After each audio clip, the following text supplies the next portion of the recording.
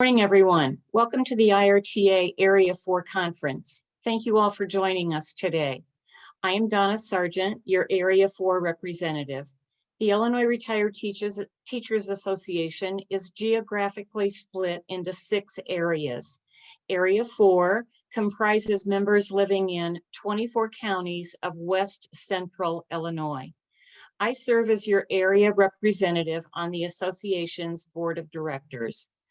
Today, you will hear about the latest news and information from the association, our lobbyist and legislative affairs team, the Political Action Committee, our TRS annuitant trustees, a recently completed external organizational assessment, and member benefits from our great partners at AMBA.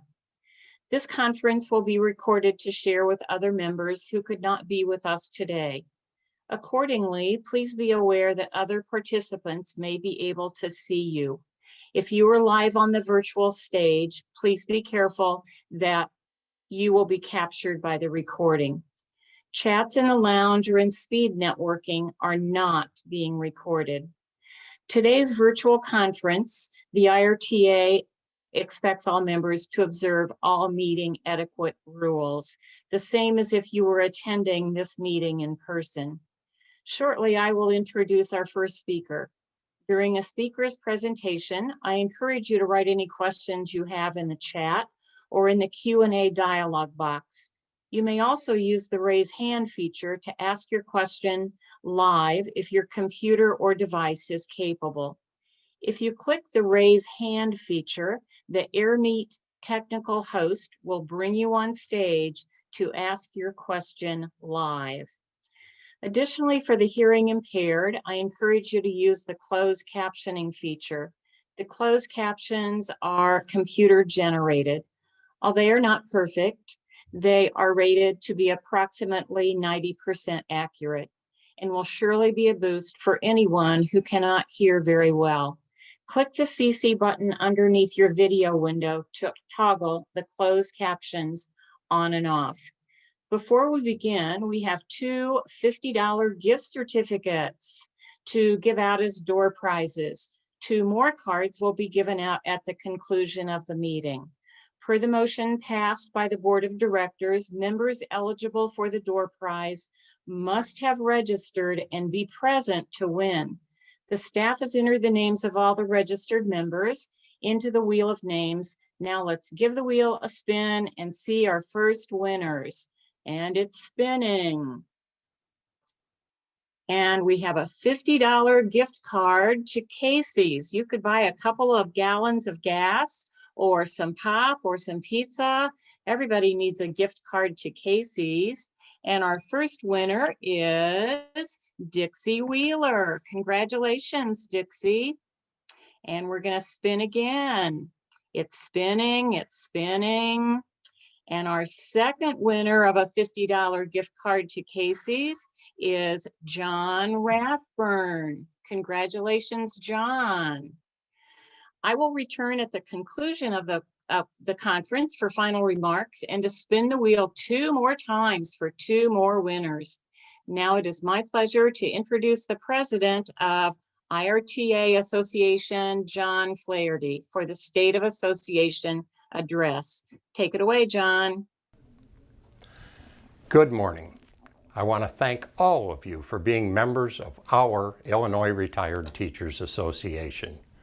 We are able to stay a strong and vital force that fights to protect our pensions and benefits because of the strength and support of our members.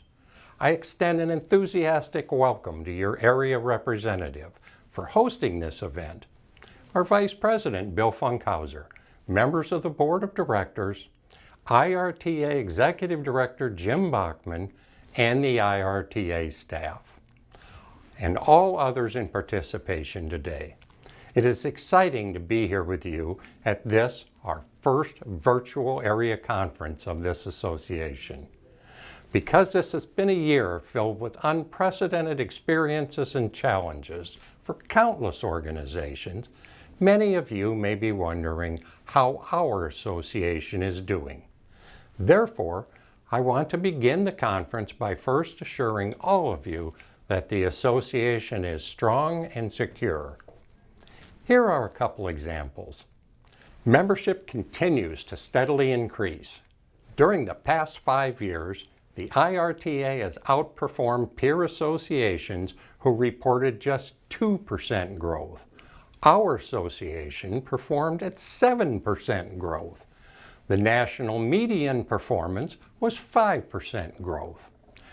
Our renewal rate is statistically significant. In each of the last 5 years, the association experienced 90% retention. The mean renewal rate for individual membership associations is 78% nationwide. Today, we are more than 39,000 members. Membership growth and renewal success is attributed to systemic membership changes made by the membership committee led by our committee chair, Mike Schmidt, with the assistance of the Director of Marketing and Membership, Nathan Mihelich. It is important that I point out that these successes are especially noteworthy given that the association is impacted with a passing of approximately 80 members every month. The member loss is a sobering fact and demonstrates that our commitment and investment in membership efforts cannot be underscored strongly enough and must continue. The association is financially strong thanks to skilled fiscal management by the Board of Directors and Executive Director Jim Bachman. The association reports close to $2 million in total equity as of today. In 2020, donations to the foundation exceeded all previous years on record at $360,000. This was up from $293,000 in 2019 and $320,000 in 2018. Programs supported included grants to current teachers, scholarships, and housing assistance. In the election year that was 2020, the Political Action Committee's income and political donations equaled approximately $75,000 each. Total expenses were $123,000. Membership in the $1 per month PAC donation program is at 5,526 members. We eagerly encourage everyone to join. The amount in the Legal Defense Fund was at $153,000 as of December. With all of our external challenges, the association, foundation, and Political Action Committee each continue to fulfill their missions at every level. We have fulfilled these purposes with a combination of new practices, agility, and with fortitude for success. Two of our most recent great achievements were, one, the successful virtual mentoring program. The virtual mentoring program, executed by Jim Bachman and the association staff, matched any Illinois student with a retired mentoree and tutor during the early months of the pandemic when school was at home and both teacher and student were new to learning virtually. The program was offered free of charge to students of any level of assistance. The program was a tremendous success, and the association received exceptional media exposure for our selfless retiree volunteers who gave countless hours during a period of great need. Second was the We Care program, in collaboration with AARP to let our members, many of whom were homebound, know that they are cared for and thought of during the most anxious early months of the pandemic.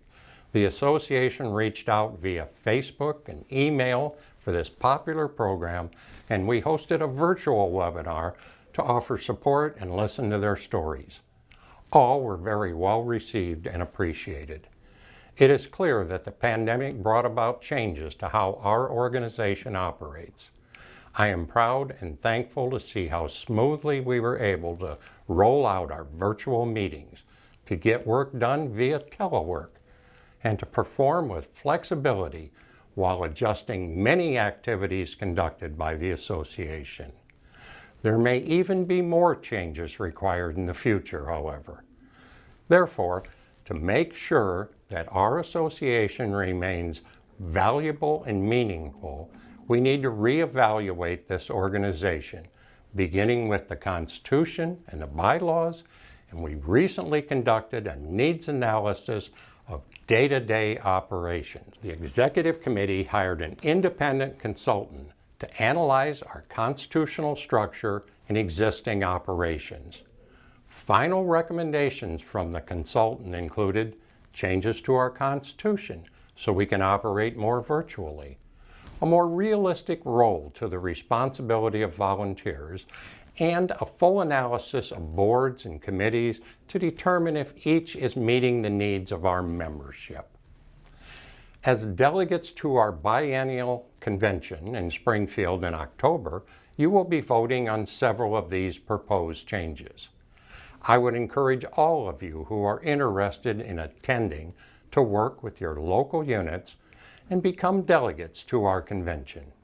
October's biennial convention is the most important business meeting for the association, and this is where we elect leadership, set policies, and procedures for our organization. As we look forward, we will use the resulting recommendations, the progresses already made because of the pandemic, and our overall flexibilities as a platform to us to speed up our transformation to an organization so that we will continue to grow and prosper and always be prepared for the unexpected. Thank you for allowing me to describe the present status of the association. Thank you again for attending this virtual conference. Let's begin with the formal program.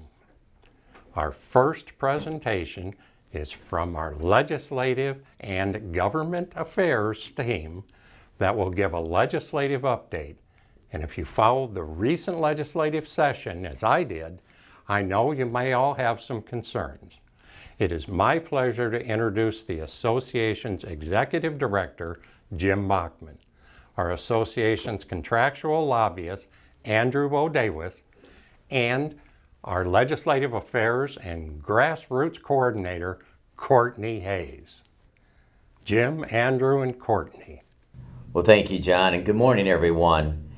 Today with me, I am Jim Bachman. I'm the Executive Director of the Illinois Retired Teachers Association, and with me today is Courtney Hayes, our Government Affairs Grassroots Coordinator, and Andrew O'Davis, our Contract Lobbyist. It's great to be here with all of you. Today we're going to talk about a little bit about legislation and items that Courtney will be working on in the next couple of months that are pertinent to the association.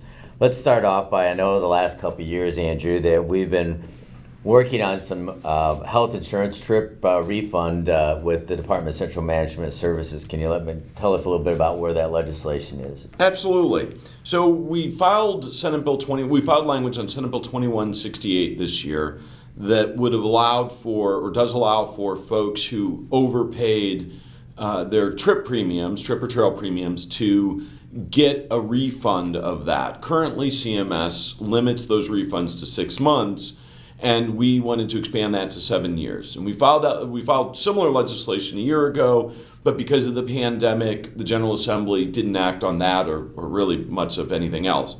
So this year filed Senate Bill 2168. It moved out of the Senate. Unfortunately, it hit a little bit of a snag in the House, but we took the exact same language, brought it over as an amendment to Senate Bill 1056. That was a joint effort from Democrats and Republicans who support the IRTA. They got that amendment filed on 1056, and that bill is now on the consent calendar and is moving along, and we're looking forward to passage. Well, and I know in the past, in the last few years, and we had passed it previously and the governor had signed it, but we had some difficulties with the department or phrasing of the actual language and so forth. Is the department now on board? Yes. So we sat down with the department, had multiple phone calls with the sponsors and with the department, and they understand the group that we're trying to help, and they have agreed that once this comes into law, that they're going to move expeditiously to get those refunds processed. Is there any other pieces of legislation right now outside of the budget that we are looking and following? Yeah, so there's a couple of bills out there, and these are familiar bills. We do this every 2 years, but these are the bills that extend the return to work extension. So for folks who have retired, who want to come back and teach either in a subject shortage area or not in a subject shortage area, those things sunset every couple of years, and we have to extend them every couple of years. House Bill 2569 is the subject shortage area, and Senate Bill 1989 is the standard 120-day extension. So both of those bills have moved through without any no votes, and are, again, both are on the consent calendar and both are poised for passage. And, I'll just stop right here for a moment just to say that if you have any questions, please use your chat or raise your hand function to ask your questions. And at the end of our presentation, we will attempt to answer any and all of those questions. So thank you. Before we go back to Courtney, give me a little bit of idea of what we're doing with the PAC right now, or what are we looking forward to? What are we doing to raise funds? So right now I'm trying to reach out to all the locals. We are asking for our 2021 IRTA convention. If you can donate anything, any item, they could be monetary donations. So I'm trying to get all of that in order so we can have money for the PAC. And it's, and obviously those are tremendous things, and it's a lot of fun when we're at convention, when people are bidding on different items and so forth. But it ultimately helps our cause. Yes. And what is that cause? Ultimately, that's electing legislators of the future and today and the present that support IRTA members' benefits. Andrew, tell me where we're at on budget these days. Well, every as you all know, every minute it changes a little bit. From a global perspective, there's a lot of federal money that's coming into the state of Illinois right now, and that should help the state. As everybody knows, the state of Illinois has a long history of having budget woes. The federal money should help, but an interesting thing about the federal money is it's one time, so they can't build it into the budget and increase future year spendings. And the other thing is that it comes with a lot of limitations that are set by the federal government on how it can be spent. It's supposed to be being spent to improve infrastructure, going to school districts to help with them increase and respond to sort of the last couple of years of pandemic impact, do more tutoring, more summer school, things like that. So the federal money is helping a little bit. From our perspective, from the IRTA's perspective, we haven't seen any proposals except for full funding for trip and trail programs, so that's critical. There is discussion about a very minor change to the TRS certified amount, and it has to do with a small timing change that the General Assembly is considering. It might reduce the contribution a fraction of a percent. But realistically, the way I would describe it is right now we're looking at full funding for both TRS and TRIP program, which is a good place to be. The governor historically has talked about changing that, but this year we seem to be on pace to get the full funding for both of those programs. And I know, just as a side, that I have seen that the Thompson Center in Chicago is now for sale, and I know that the governor spoke of last year, I think, in his budget address, that some of that money would actually go to funding of the pensions. Is that still on board, or the sale of some of these? I think this year's not unlike every other year, where despite the fact that I think we will get full funding, I think it'll be pulling everybody over the line to get there. I always really appreciate when people talk about extra funding, but in 20 years I haven't seen it. I always leave the option open that maybe they'll change. Right. But I wouldn't spend that Thompson Center money just yet if I were the funds. Okay. Courtney, I know that you're going to be working on another project this summer. Can you tell us a little bit about your project? Sure.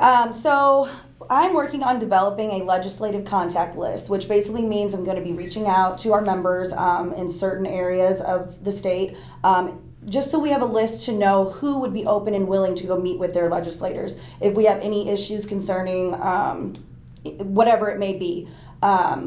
We also have a whole bunch of new legislators who we would like to get our name out. So I would look out for emails from me this summer and go from there. Yeah, I think the list of grassroots contacts that we can reach out, especially in a year that Andrew, obviously, that one of the last and the final issues, that one of the biggest things that are going on in the General Assembly is the redistricting map. And so from that map, obviously, that we're going to have a lot of new legislators being elected and a lot retiring and so forth. So why don't you tell us a little bit where we're in that process? Yes, so in the Illinois General Assembly, every 10 years there's a new map. And that means that, and then that is happening right now. As a matter of fact, we've just seen the map. We're still going through it, still analyzing it. So it's brand new, hot off the presses. But what that means is that folks' legislative districts are going to change. I'll just use Springfield as an example. So Springfield used to be divided up, between a couple of different representatives and senators and everything, and that area is completely changed.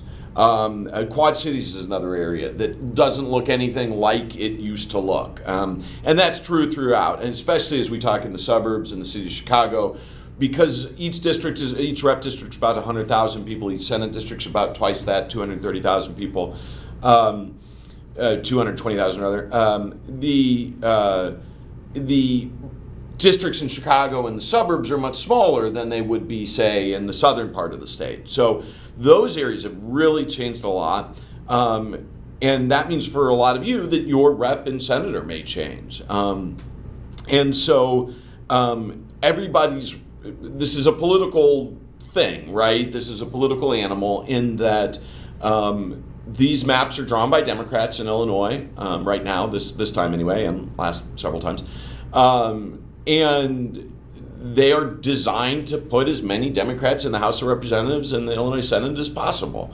So there's a lot of political angst. Having said that, that doesn't mean that every Democrat in the House or Senate is necessarily going to be happy with this. So there's a lot of data that's going to be coming out. There'll be a lot of lawsuits on all of this. At this point, all we have are proposals. But it'll certainly be an issue that really impacts every one of our members. As that changes and as that forecasts what the future of the General Assembly looks like. As part of that process, there'll be retirements, there'll be new folks that are coming in, and the state IRTA is going to be really working to develop a lot of new relationships. And we've had some experience with this every couple of years for the last few times. We've had a lot of new people come in, but that will amp up over the next 2 and 4 years. Well, I think that also obviously adds to the whole conversations, the whole use of what data we're using in the census data, that we really haven't got a complete data report and so forth, and so there are estimations, and so I'm sure that a lot of it will be in the courts and be settled by the courts at the end of the day. Just a final last note on some of the things that is a crucial that I continue all that if you've not signed on to Voter Voice yet, I please advise you to do that. The critical times of the session, we reach out to all of our members that we have emails to on Voter Voice and telling them about issues and telling them, once you're registered in the Voter Voice platform, you actually immediately are put in your legislative districts, and so when you respond to them, they immediately get your email. So I ask you wholeheartedly to sign on to the Voter Voice. So once again, thank you for all, and we'll move on now to obviously answering your questions. Well, good morning, everyone. It's a pleasure to be with all of you today. As you can see, Andrew is not with us today. He had another appointment, so he will not be with us. As of right now, we only have one question, and it's to Courtney. Courtney, how are the donations going for the IRTA PAC auction? And is the auction on Monday, October 18th? And if I want to just make a monetary donation, should I do that ahead of time? Okay, so yes, that's a great question. The auction will be held on October 18th. I do ask that if you are able and willing to participate in this, that you do reach out to me no later than August 20th. I will periodically be sending out reminders. I know local units are actually able to meet again, so they're starting to come in, but anything and everything is appreciated. So if you guys are can donate, I ask that you do. Like I said, if you can just email me, call me, I will send out another reminder maybe in about a week or so. Well, thank you. As of now, we don't have any other questions, so it's my pleasure to introduce Ed Wollett, who is the chairman of the Illinois Retired Teachers Association Political Action Committee. Ed? Hello, my name is Ed Wollett. For the past several years, I have chaired the IRTA PAC committee. The committee is composed of 18 regional representatives and the chair. There are current vacancies on the committee from regions 4, 5, 8, 10, 11, and 12. If these vacancies remain unfilled, the members from those regions will have no voice during the 2022 endorsement and election cycle. Please consider a member you know who might want to fill a vacancy. The Illinois Retired Teachers Political Action Committee, IRTA PAC, was conceived as a way for our members to support General Assembly candidates who pledged to support retiree benefits and issues. Candidates for governor were later added to those eligible for IRTA PAC endorsement. Endorsements are based on supportive issues, and no consideration is given to political party or other non-member issues. To be considered for endorsement, a candidate must complete a questionnaire developed by the PAC committee with cooperation from the IRTA staff.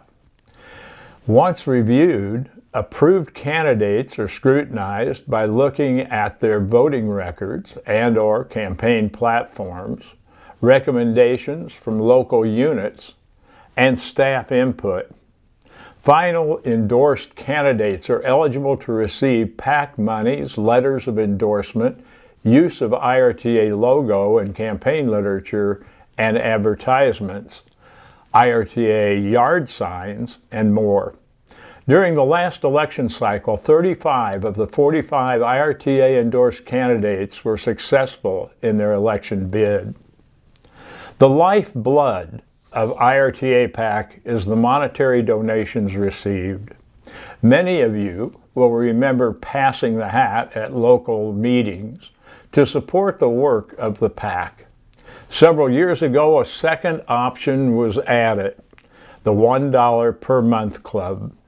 Members can sign up to have $1 deducted from their monthly pensions designated to go to the PAC fund. Over the years, the $1 club has outpaced all other methods and provides about $5 for every $1 raised by other means. We can do better. Of approximately 38,000 members, only about 5,500 have signed up. That number should be much higher. And as area representatives, you can help and be our biggest cheerleaders. Another means of funding occurs at our biennial convention. The monies raised by the silent auction of local unit donated items go to the PAC fund. Many of you will remember 2011 through 2013. The General Assembly had voted to substantially reduce public employee pension benefits. That assault was successfully challenged and ultimately averted by the IRTA. The case bears the name of IRTA member Doris Heaton in Heaton v. Quinn, but the cost was high, over $500,000. Supporting IRTA PAC $1 per month club can help save us expensive litigation and years of uncertainty by helping to elect those who in turn will support us.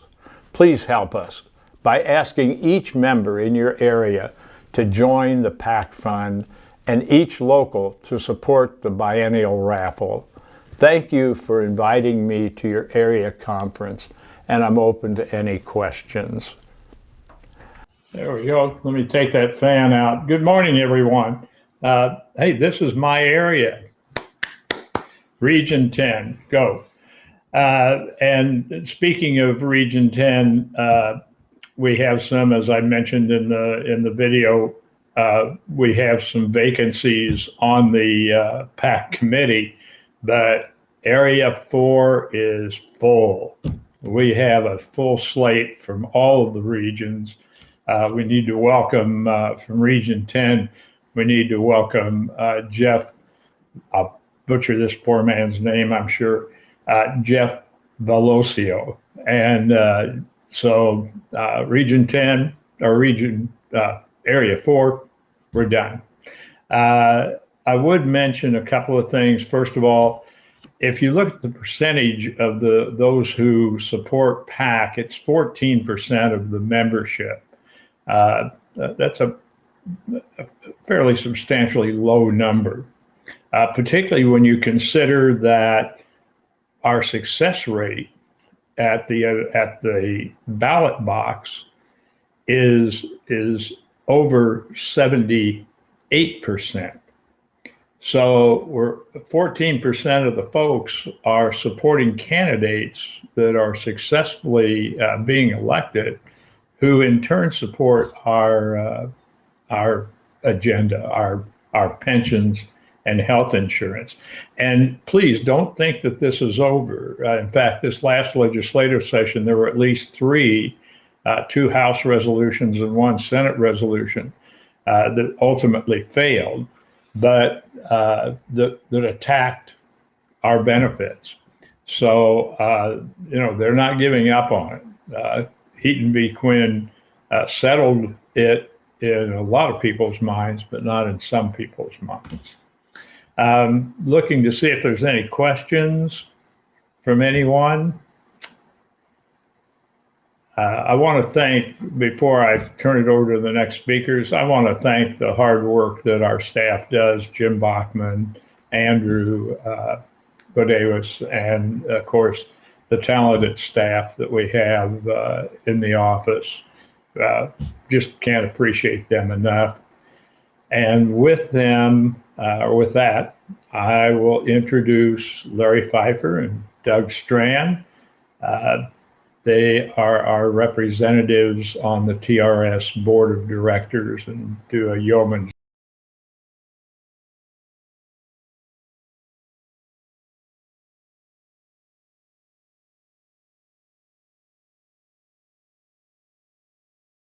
Thank you, Ed. Hi, friends. It's good to be back with you, even if virtually. I do miss the days of the face-to-face meetings, but until that happens, I guess we're going to rely on these and social distancing and getting vaxxed up. So that there is an end in sight. I truly believe that. So, well, let's go over a few numbers today as we talk about an update on your pension system. And I want to thank my friend and communication director Dave Urbanek at TRS for getting me the numbers, and there's lots and lots of them. So let's get started. Unfortunately, we're going to start with kind of a somber and a sad statistic. To date, we've lost 416 members, both active and annuitants, due to the virus. And I hope you share with me just a brief moment of silence and keeping their memory and their spirit alive in our hearts. It is sad that this pandemic has had such a large impact on us all. Let's talk a little bit more about the hard numbers of TRS. You can take a look at what our finances were, just a whisker under $60 billion. Keep in mind this was fiscal year numbers. They're showing $54.9 billion. You'll see here in just a bit that the numbers over the last 16 months have been literally all over the board. Revenue this year was about $6.2 billion. Our benefits paid out, and this is the part that you're interested in. Your monthly checks have come, and they're over $7 billion. Investment returns just for the fiscal year, net of fees, was just a little bit over 0.5%. But we'll talk more about that later. Let's skip down to our funding status. We're around 40.5%. Yes, that's low, but that number has been pretty static for about the last 20 years. We're still a very, very large pension system. Let's talk about our membership. What makes up a TRS member? You'll see it's about a third between actives, inactives, and folks like us, benefit recipients. The average pension paid out is about $60,000. Now, let's break down membership breakdown a little farther. We're all active, we're all Tier 1 members. You're noticing that there are more and more Tier 2 members.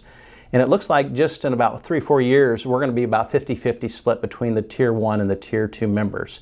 But at the same time, I know you're interested in just the Tier 1, our current benefits. I would show you that we have an active member out there still teaching in the classroom at 81 years of age, and that makes me smile. We see that our oldest TRS retiree is 109 years of age, and then there's a few other numbers in there for you to skim through.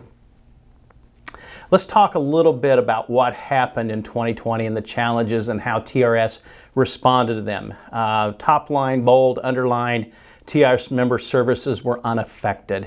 And that is incredible given the circumstances we had as TRS. Their staff did a significant amount of work from home, but yet unaffected membership benefits were processed. In addition to that, we had an increase in claims. More and more people left the profession of teaching and retired. It looks like it was up 3,600, or they processed 3,600 claims. And they still continue to take phone calls, do staffing, meetings, weekly gatherings. I've got to give the staff at TRS a great deal of credit from what my perspective as a trustee has been. Again, if you ever have problems with TRS services, reach out to myself or any other trustee. We'd like to help get you the assistance, but usually we don't have to worry about that. The staff has done a great job, and I give them full credit for working through some really tough times. Our next slide shows you what I call kind of a yo-yo effect of the markets and investing. Look what we were January of 2020. We had about $54 billion in assets, and just a few months later, we were down to 48.5. That's an 11.8% drop. We were concerned, but at the same time, I think you'll see a little bit later on, our investments are so diversified and so focused on having upcycle, meaning when the market's good, versus down cycle, we can make money going both directions, or at least minimize those losses. Later that summer, we were at 51.6. Then September, the fall of the year, we're about even at 53.5 billion. And then a year later, we're up to $57 billion, a 17.5% increase from March, the low spot. And then following our latest number is we're just shy at the end of March of $60 billion at $59.3 billion in assets, a 22.3% increase from the market low. The next slide will talk about the investment returns, kind of us versus them, and that's always good to look at. If you look at all those numbers crammed in there, I think the most important thing to look at is our long-term, skip down to line 30, our 30-year returns for 18, 19, and 20 are well over 8%. And that's what we as TRS look at, the long-term investing returns, not only for us as annuitants that are already out there retired, but that first-year teacher that has their first deduction taken out and put in the pension system. We have to say, yeah, the pension system will be solvent and be available for you to retire someday as well. And I think it says that very well. Whether you're 85, 65, 45, or 25, TRS will be there for you.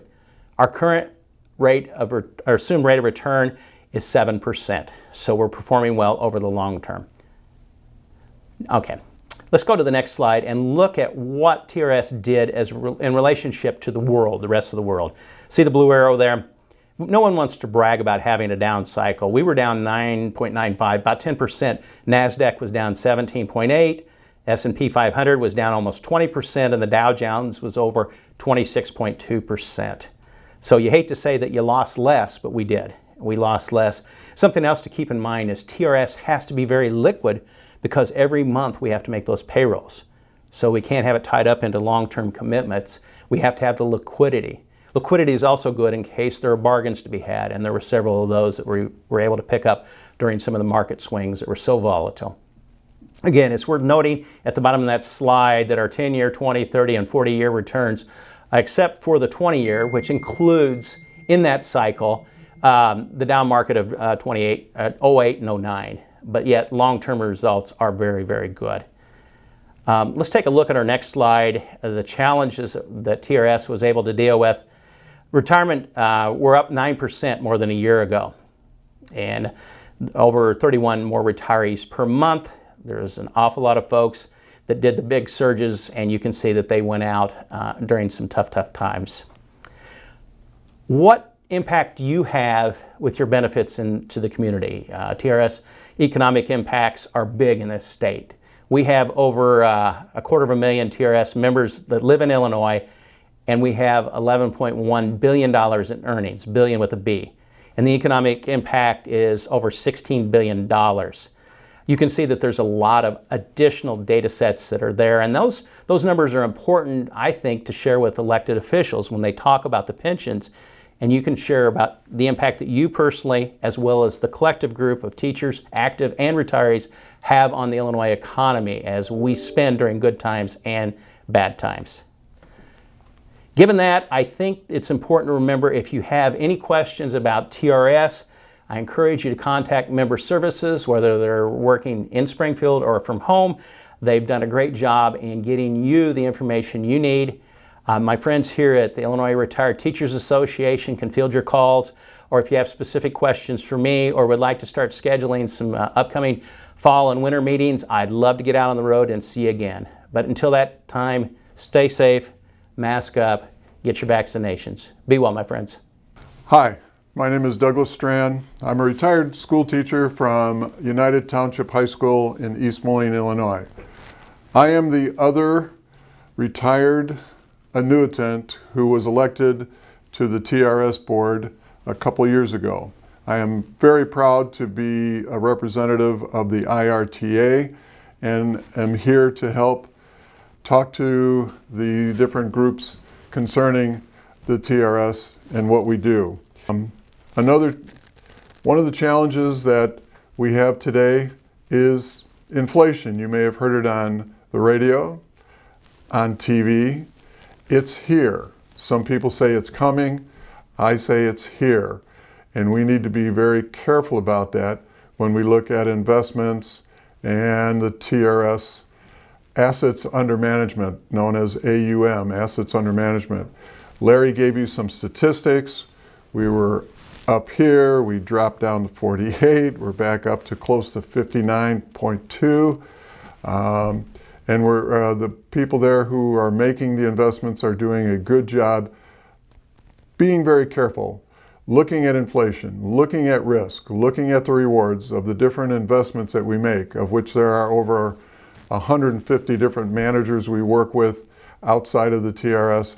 It's a big job, and I think they handle it pretty well for the situation they just went through and have gone through over time the last couple decades.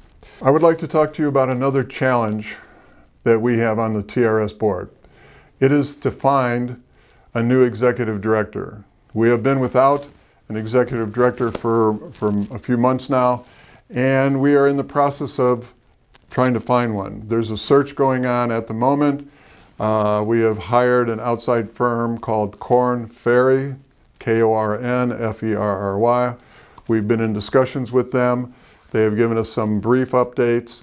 There has nothing been finalized yet. We're waiting to have the candidates brought to us to interview and talk to a little bit more. And what I'm personally looking for is someone who can understand, of course, your investments, all the different indexes, the accounting background. There's also something to be said about marketing, communications, but I believe that the person should be well versed in the accounting and finance area, and have an understanding of people, because the TRS is a people job. You know, you are dealing with thousands of people and their livelihood, not just the 190 some people or more who work at TRS, but the retired educators from across the state. Many of them, again, as Larry pointed out, live in the state. I personally, there's been talk to where should that person come from, whether it's he or her. There was talk about them maybe living outside of Springfield. I personally would like to see the person be part of the Springfield community. Thank you for your time and effort. Have a good summer. Thank you much. Good morning, everyone. The past 15 months exacerbated present challenges for many organizations, including the Illinois Retired Teachers Association. Local units have not been able to meet, area representatives and regional directors have not been able to visit their units, the IRTA Board of Directors, the Executive Committee, and the standing committees have not been able to meet in person. We have all learned about Zoom meetings, and while it's a good way to take care of business, you miss out on the personal interactions. We have all had to make changes in the way we do things, and this includes the Illinois Retired Teachers Association. With the forced necessity to think about how we do things, it was felt that this would be a good time to take a hard look at our organization. We decided to contract with a consulting firm to do a review of all aspects of IRTA. We sent out a proposal for bids, and after receiving the bids, it was decided to contract with Brewer Pratt Solutions to conduct a review of our organizational effectiveness and provide recommendations for systemic and constitutional changes to ensure the organization remains viable, resilient, and financially strong. To accomplish this, Brewer Pratt used the following processes. First, data-based assessment of relevant materials such as the IRTA Constitution and bylaws. A Zoom-based kickoff meeting with senior staff members. A Zoom-based focus group with board members, 4 or 5 per group. In the first session that I participated in, there were 5 of us, with Elise Brewer Pratt, the chief executive, and Andrew Chamberlain, chief strategist for Brewer Pratt. Andrew is British and had a very nice accent that we enjoyed. With just 5 participants, we were able to have a lot of involvement from each person. An online staff survey and follow-up with one-to-one phone calls. An online full membership survey where an email with a link to the survey was sent to all members who have an email address on file. An online board competency self-assessment exercise where again an email with a link to the exercise was sent to all board members. And an online survey of volunteers who staff the committees where again an email link was sent to this survey to all committee members. After gathering information, Brewer Pratt then compiled a 30-page report with 41 recommendations for possible changes in our organization. The recommendations were grouped into the following categories. First, organization with 11 recommendations, volunteer engagement and management with 12 recommendations, staffing with 6 recommendations, and governance with 12 recommendations. Some of the recommendations are for procedural changes and others constitutional changes.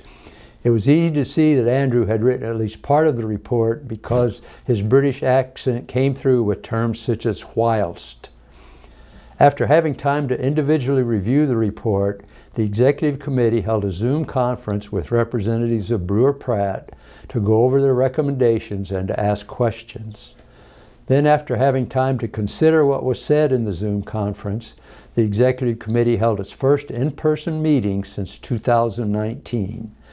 This gave the members a chance to again ask questions and discuss among themselves the recommendations of the consultants and to decide which of the recommendations the committee feels should be implemented.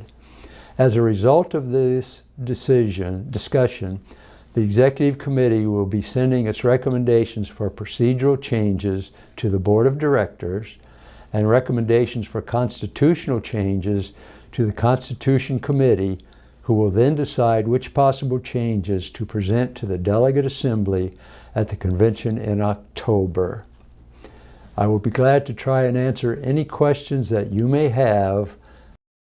Good morning. Looking here, and I do not see any questions at this time. I would clarify a little bit. The Executive Committee did meet and go over the recommendations and did decide that we would move forward with some of them, and others we did not feel were things that we would want to do at this time. One of the things that we've talked about doing is a strategic plan for our association. Brewer Pratt has recommended that we come up with a plan to look forward to the next 3, 5, and 10 years as to what we want our organization to be like and how it would be operating. The executive committee is recommending the board of directors that they follow through with this and see about coming up with a strategic plan. Another of the procedural changes was a recommendation that at our board meetings, we come up with a consent agenda where items of routine matters can simply be adopted by consent rather than going over each item individually. Of course, if any member wants to discuss an item, then we could do that. Then there are the possible changes to the Constitution that they were recommending. These are being discussed by the Constitution Committee when they meet on July 7th. They will then decide which of those recommendations to forward to the delegate assembly at the convention in October for their vote to see if they want to make these changes. Now, this is where you come in. You may want to become a delegate to the convention so that you will take part in making the decision about these proposed changes that will come up. And that will give you a voice in your association and what happens as we move forward. Again, I still do not see any questions, so I would like to introduce to you the next speaker, a gentleman who I'm sure many of you have met at your local meetings. He has been associated with the AMBA group for several years now and has attended local meetings very often. He recently was promoted to the Midwest Regional Manager for AMBA, so he's going to have a little harder time getting to our meetings, but still I think he will try to get to as many as he can. So I'd like to introduce to you to talk about our benefits and what we have available to us, Larry Newman. Good morning to all Illinois Retired Teacher Association members. My name is Larry Newman, Regional Vice President with AMBA. I've been with AMBA since 2009, starting out as an agent, then as a district manager for the past 8 years, and now in my new role as Vice President of our Midwest region. As I'm speaking, please type any questions that you may have in the chat, and I or one of my colleagues will do the best to answer any questions at the end of my presentation. In my role, I work closely with the staff and Member Benefits Committee to make sure that all members and prospective members have the best-in-class discount programs and benefits designed to work with your current health insurance. AMBA has been in business since 1981, and the partnership we have with the Illinois Retired Teachers Association goes back to 2004. One of the original benefits is the dental program from Emeritus and the vision plan with VSP. I can assure you all that both of these programs remain staples within our suite of benefits and are still a primary reason that a new retiree will hopefully become a member of your association. Over the years, we have added several new discounts and benefits, so be sure to go to your newly designed website and print off a copy of your benefits in the members only section. There you will find 2 of our newest programs, the Children's Whole Life from Mutual of Omaha and the Fixed Indexed Annuity program from Emeritus. I will be providing a few slides about these programs in just a few minutes. I'll also provide you with the contact information of our Illinois District Managers Nancy Kramer and Gary DeVito. Each of these individuals will be excellent contacts for you to discuss any new programs that you or your family members might have interest in. We will also provide you with a direct QR code so you can request a benefits review via Zoom or in person as we get back to some level of normal. This is something that we have done with thousands of members throughout the crazy year of 2020. We feel you will find this to be an educational and valuable experience. So stay safe and healthy. We look forward to helping you throughout 2021. Thank you. Good morning, Area 4. This is Gary DeVito. As a follow-up to Larry's information, I wanted to give you a little bit more detail around some of the newer benefits that he had mentioned. Specifically, the Children's Whole Life and the Fixed Indexed Annuity. These have been very, very popular programs. The first one is the Children's Whole Life from Mutual of Omaha. This is a great program. A number of retirees have been buying this as a gift for their grandkids and nieces and nephews and what have you. Basically, it is for kids that are anywhere from ages 2 weeks to 17 years old. You can get up to $50,000 of benefit, and this is a whole life program. There's no medical exam required. There's just a couple of health questions that need to be answered, but it really is a tremendous value. It does build cash value. It's guaranteed to age 100. Just to give you a quick example, for a child anywhere from 2 weeks to 4 years old, it's about $220 a year premium.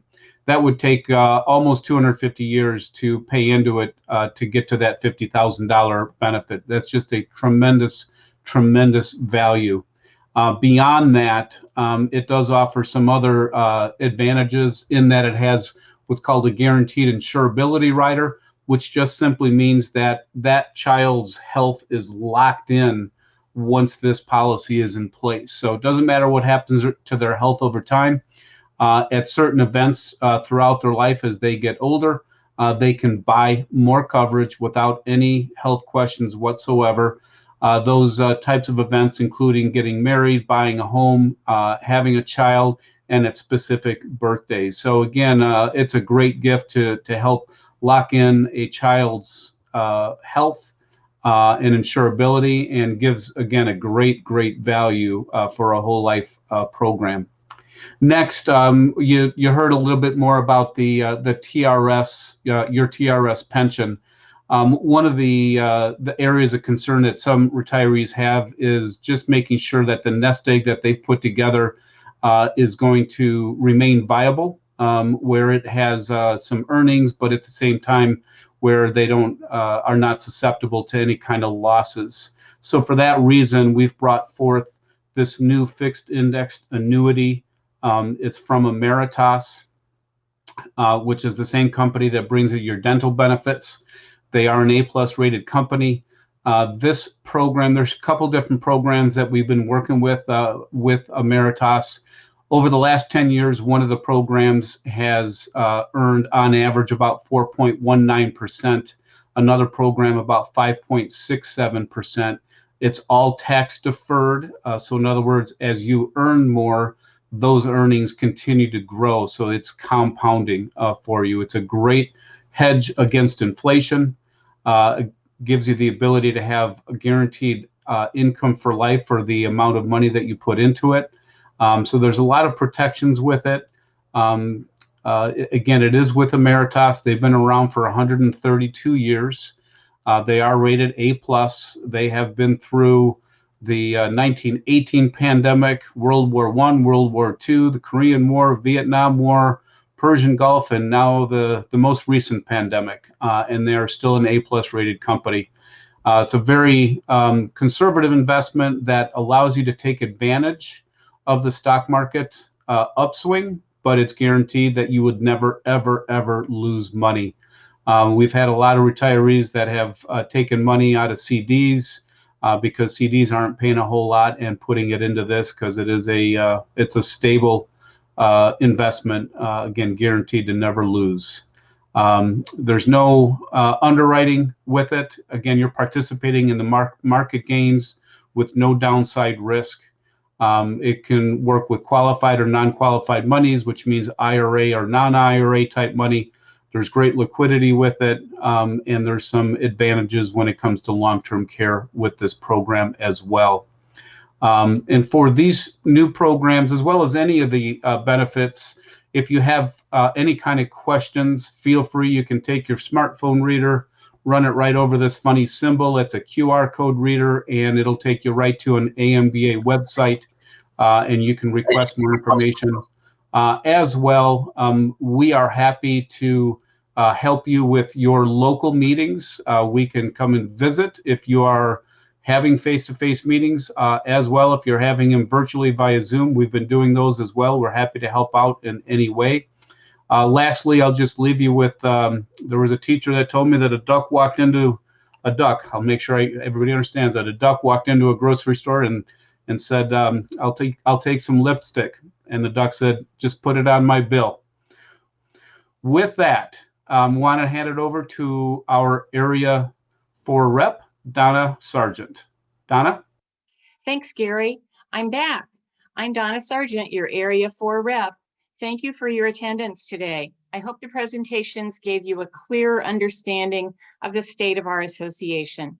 We packed a lot of information into the last 75 minutes, and you watched from the comfort of your home.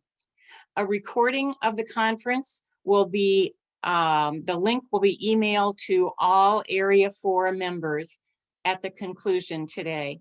Before we draw the final 2 door prizes, I do need to thank several individuals who make Area 4 so great. I want to thank Tom Bertucci, Sharon Urban, and Richard Fiesel, who are our regional directors and serve with me on the board of directors. And the 18 local units in Area 4, your local presidents, vice presidents, treasurers, secretaries, and other volunteers. I would also like to thank the association's Director of Membership and Marketing, Nathan Mihalik, for executing the production of this webinar and all of his help during today's conference. If you were live at the conference, you know what I'm referring to. I also want to thank Tricia Klim, who manned the help desk. Technology can be fun, but it's often frustrating. And just ask me, I know how frustrating it can be. Just call or email the office and our staff is always there to help when needed. I'd like to invite all of you who are using a computer to socialize and network in the virtual lounge immediately following the meeting. Click on a chair, join a table, say hello, and you can just converse with each other. Now let's draw for our final 2 door prizes of the day. The wheel is spinning. We have another $50 card for Casey's. And our first winner is Susan Campbell. Ding, ding, ding, she's a winner. And this wheel is gonna spin again. Another $50 card to Casey's. And our last winner is Olive Danielson. And that concludes our 2021 Area 4 virtual conference. I'm headed to the virtual lounge. See you there. Bye now.